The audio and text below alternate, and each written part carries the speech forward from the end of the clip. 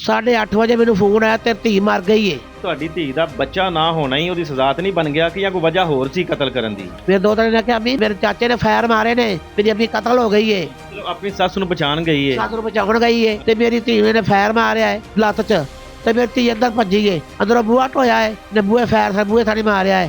ਇੱਕ ਇਹਨੂੰ ਫਾਇਰ ਆ ਲੱਗਾ ਏ, ਇੱਕ ਟੁੱਡੀਏ ਲੱਗਾ, ਇੱਕ ਆ ਲੱਗਾ। ਸਾਰੇ ਮੇਰੀ ਧੀ ਪੇਟੀਆਂ ਦੇ ਅੱਗੇ ਮਰੀ ਏ, ਸੇਫ ਦੇ ਅੱਗੇ ਮੇਰੀ ਧੀ ਮਰੀ ਪਈ ਏ। ਇਹ ਲੋਕਾਂ ਧੀਆਂ ਦੇ ਕੀਤਾ ਲੁੱਟਦਾ ਈ, ਜਨਾਹ ਕਰਦਾ ਈ ਲੋਕਾਂ ਨਾਲ। ਪੁੱਤਰ ਜੇ ਭਰਾ ਜੇ ਮੈਨੂੰ ਇਨਸਾਫ ਦੇ ਦਿਓ, ਮੈਂ ਇਨਸਾਫ ਲੈਣਾ। ਮੇਰੇ ਧੀ ਦੀ ਕਬਰ ਬਣ ਗਈ ਏਦਾਂ ਮੈਂ ਕੀ ਕਰਾਂ? ਮੇਰੇ ਧੀ ਨੂੰ ਮਾਰ ਕੱਟਿਆ ਬੈਗ ਨਹੀਂ ਨੂੰ।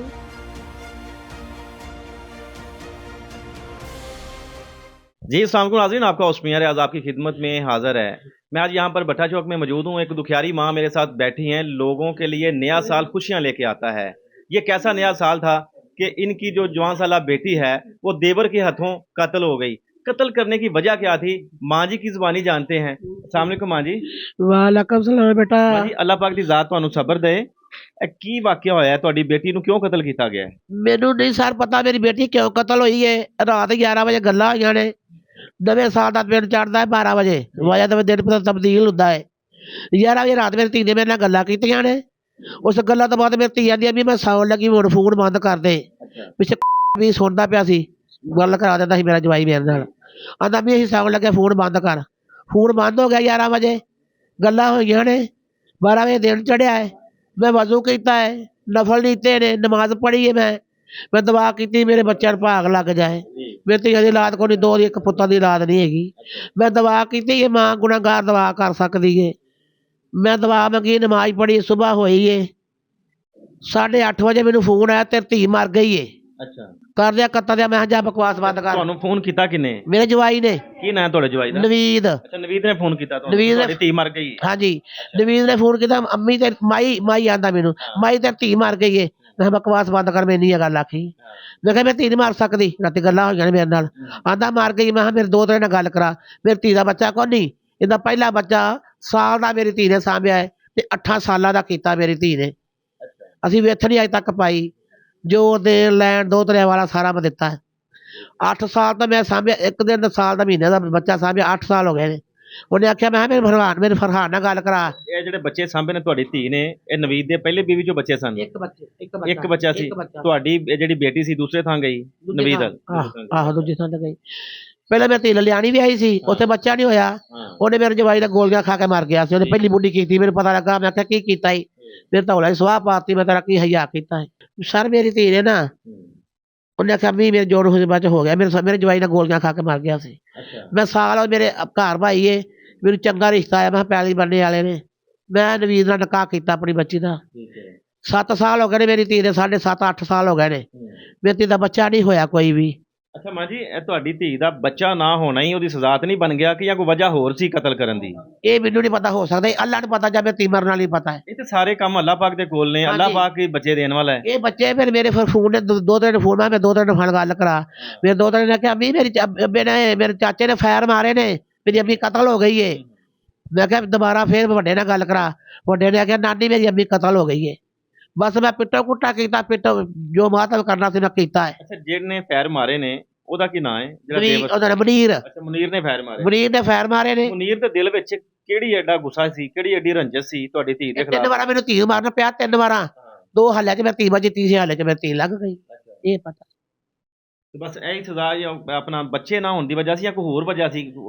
ਬੇਸ ਕਿਹੜੀ ਗੱਲ ਦੀ ਬਣੀ, ਬੁਨਿਆਦ ਕਿਹੜੀ ਗੱਲ ਦੀ ਬਣੀ? ਚੌਲਾਂ ਤੋਂ ਗੱਲ ਹੋਈ, ਚੌਲਾਂ ਤੋਂ ਸ਼ੁਰੂ ਹੋਈ। ਮੈਨੂੰ ਇਹ ਰਾਤ ਨੇ ਚੌਲਾਂ ਤੋਂ। ਆਦਾ ਜੀ ਅੱਧਾ ਝੋਨਾ ਮੈਂ ਲੈਣਾ ਹੈ।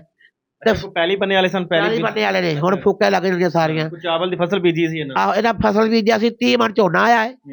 ਅੱਧਾ ਹਿੱਸਾ 15 ਮਣ ਕੋਈ ਹੋਰ ਲੈ ਗਿਆ ਹੈ। 15 ਮਣ ਝੋਨਾ ਇਹਨਾਂ ਦੇ ਘਰ ਆਇਆ ਹੈ। ਇਹ 3 ਭਰਾ ਸਨ ਤੇ ਇਹ ਇੱਕ ਭਰਾ ਕਤਲ ਹੋ ਗਿਆ ਸੀ। ਉਹਦਾ ਇੱਕ ਪੁੱਤਰ ਹੈ ਜਵਾਨ, ਫਰਹਾਨ ਉਹਦਾ ਨਾਂ ਆ। ਉਹ ਬੱਚਾ ਯਤੀਮ ਏ।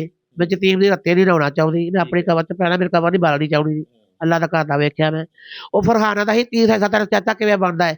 ਛੋਰੇ ਖਾਦਾ, ਸਪਰੇਵਾਂ ਅਸੀਂ ਕੀਤੀਆਂ ਨੇ। ਵਢਾਇਆ, ਛਡਾਇਆ, ਸੁਕਾਇਆ ਹੈ, ਛਾਣਿਆ ਹੈ। 2 ਹਿੱਸੇ, 30 ਹਿੱਸੇ ਦੇ ਚੌਲ ਲੈ ਲਾ, 2 ਤੋੜੇ। ਇਹਦਾ ਹੀ ਮੈਂ 3 ਹਿੱਸੇ ਲੈਣੇ। ਮੈਂ ਅੱਧ ਲੈਣਾ, ਅੱਧ ਲੈਣਾ, ਅੱਧ ਲੈਣਾ। ਇਹ ਮਾਂ ਨੂੰ ਲੱਗਿਆ ਕੁੱਟਣ, ਮੁਨੀਰੂ ਆਪਣੀ ਮਾਂ ਨੂੰ ਕੁੱਟਣ ਲੱਗ ਪਿਆ? ਆਪਣੀ ਮਾਂ ਨੂੰ ਕੁੱਟਿਆ ਮੁਨੀਰ ਨੇ। ਮੇਰੀ ਧੀ ਅੱਗੇ ਹੋਈ ਆਟਾ ਗੁੰਨਦੇ, ਮੇਰੀ ਧੀ ਹੱਥ ਲਿਬੜੇ ਨੇ।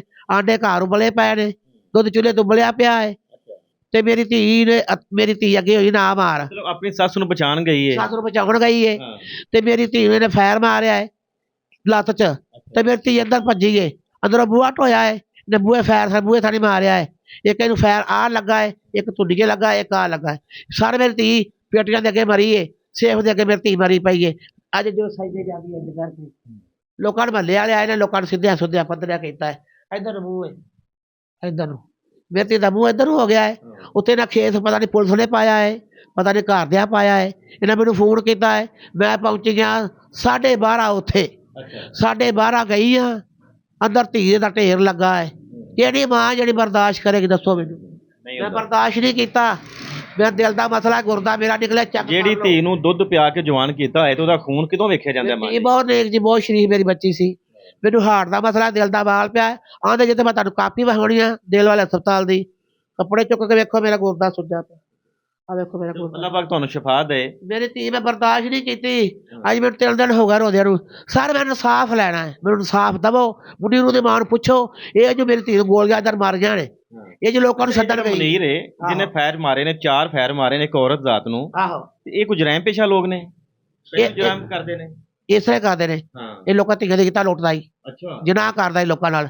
ਇਹ ਕਹਿੰਦੇ ਪਹਿਲੋਂ ਕੱਢੀ ਸੀ ਬੁੱਢੀ ਇਸਲਾਮਾਬਾਦ ਤੋਂ ਪਿੰਡੀਆਂ ਲਿਆਇਆ ਕੱਢ ਕੇ, ਕਿਸੇ ਦੀ ਬਹੁਤ ਸ਼ਰੀਫ ਸੀ, ਪਲਾ ਦੇ ਕਾਰਾਂ ਦੇ ਸ਼ੋਰੂਮ ਉਹਨਾਂ ਦੇ ਸੀ। ਤੁਸੀਂ ਰਿਸ਼ਤਾ ਕਰਨ ਲੱਗਿਆ ਨਹੀਂ ਵੇਖਿਆ ਕਿ ਲੋਕ ਕਿਸ ਤਰ੍ਹਾਂ ਦੇ ਜਰਾਮ ਪੇਸ਼ਾ ਲੋਕ ਨੇ, ਅਸੀਂ ਰਿਸ਼ਤਾ ਹੀ ਨਾ ਕਰੀਏ। ਮੇਰੀ ਧੀ ਬੇਵਾ ਹੋਈ ਹੈ, ਮੇਰੀ ਧੀ ਜਵਾਨੀ ਦੀ ਰਾਣ ਰੱਡਾ ਹੋਇਆ ਨਾ, ਉਹਨੂੰ ਬੜੀਆਂ ਭੰਡੀਆਂ ਲੱਗ ਰਹੀਆਂ ਨੇ।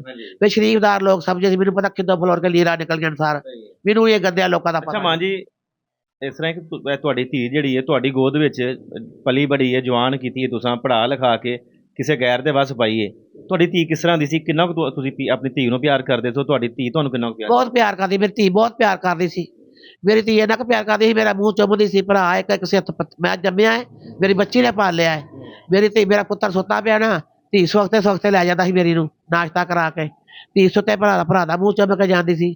ਮੇਰੀ ਬੱਚੀ ਬਹੁਤ ਨੇਕ ਸੀ।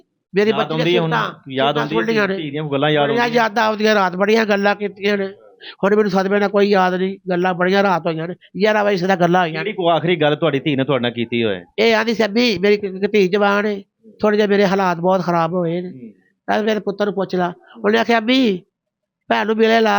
ਮੈਂ ਧੀਏ ਠੰਡ ਬਹੁਤੀ, ਮੈਂ ਫੈਮਿਲੀ ਆ ਗਈ, ਮੈਂ ਕਿੱਥੇ ਵਾੜਾਂਗੀ। ਉਹਨੇ ਮਰਦੇ ਵੀ ਤੁਹਾਡਾ ਫਿਕਰ ਕਰਦੀ ਗਈ ਹੈ, ਕਰਦੀ ਗਈ ਹੈ।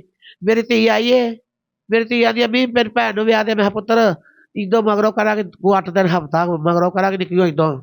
ਮੇਰੀ ਧੀ ਆਂਦੀ ਅੱਬੀ ਕਰਦੇ। ਮੇਰੀ ਧੀ ਘਰ ਬੈਠੀ ਸੀ ਤਾਂ ਬੁਰਕੀ ਮੂੰਹ 'ਚ ਪੈਂਦੀ ਸੀ ਕਿ ਨਹੀਂ ਸੀ ਪੈਂਦੀ, ਮੇਰੀ ਧੀ ਮੇਰੇ 'ਚ ਧਿਆਨ ਰੱਖਦੀ ਸੀ। ਅੱਛਾ ਮਾਂ ਜੀ, ਤੁਸੀਂ ਇਹ ਦੱਸੋ ਕਿ ਜਿਹੜਾ ਉਹਦਾ ਦੇਵਰ ਹੈ ਜਿਹਨੇ ਕਤਲ ਕੀਤਾ ਹੈ ਤੁਹਾਡੀ ਧੀ ਨੂੰ, ਇਹਦੇ ਵਿੱਚ ਉਹ ਇਕੱਲਾ ਹੀ ਮੁਲਵਸ ਹੈ ਜਾਂ ਕੋਈ ਹੋਰ ਲੋਕ ਵੀ ਤੁਹਾਡੇ ਉਹਦੇ ਸਸੁਰਾਲ ਵਾਲੇ ਵੀ? ਨਾ ਕੱਲਾ ਨਾਮ ਮਲੂਮ ਕੱਲਾ ਹੋਇਆ ਹੈ।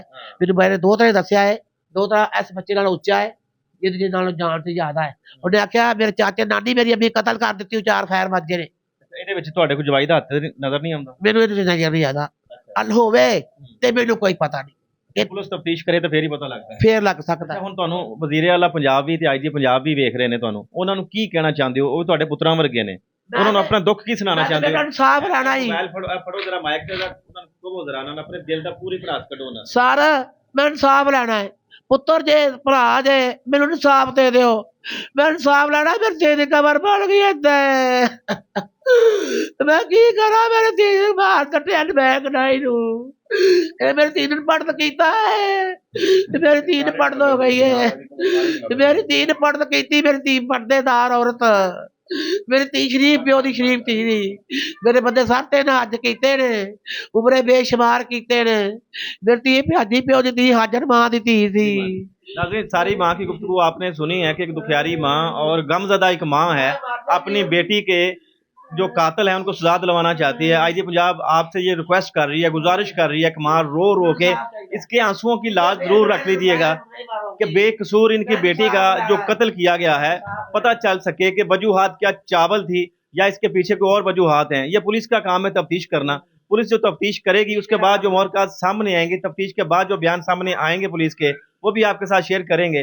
जिन लोगों ने इनकी बेटी को नाहक कत्ल किया है उनसे भी आपकी जो बात है वो भी करवाएंगे। तब तक के लिए इजाजत दीजिए। आप और हम सब का अल्लाह निगहबान।